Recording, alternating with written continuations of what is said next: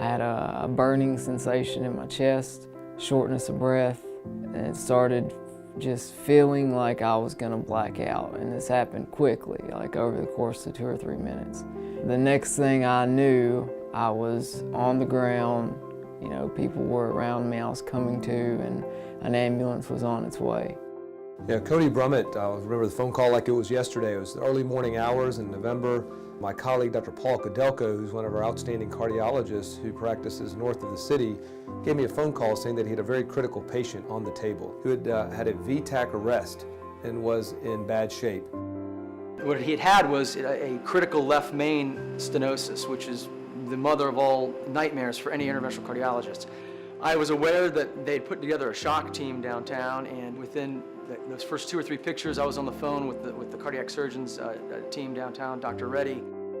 When I first initially met Cody was in our CCU, and so we actually took him down immediately to the cath lab, where we made a couple of diagnoses that were critical early on. We found that his heart as a pump was extremely weak, was not able to provide sufficient blood flow to the rest of his body.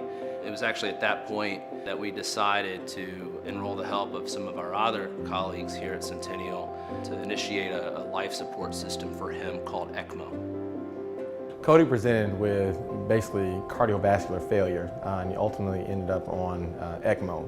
I was specifically asked to fix a hole that he had in his external iliac artery. And so what I ended up doing was placing a covered stent across that area, and that was able to stop the bleeding. The collaborative environment is really a part of the culture that we have here. And one of the things I find very unique here is that we really don't have boundaries. ECMO is a short form for extracorporeal membrane oxygenation. This support allowed Cody to make a recovery and leave the hospital neurologically intact and with his heart significantly improved. So ECMO has improved as the cannulas have gotten better, the pumps have gotten better, but I think despite all the mechanical advances, the real advance comes with people, right? You have to have a team that can quickly be called upon to come together to deploy that technology both appropriately and expeditiously.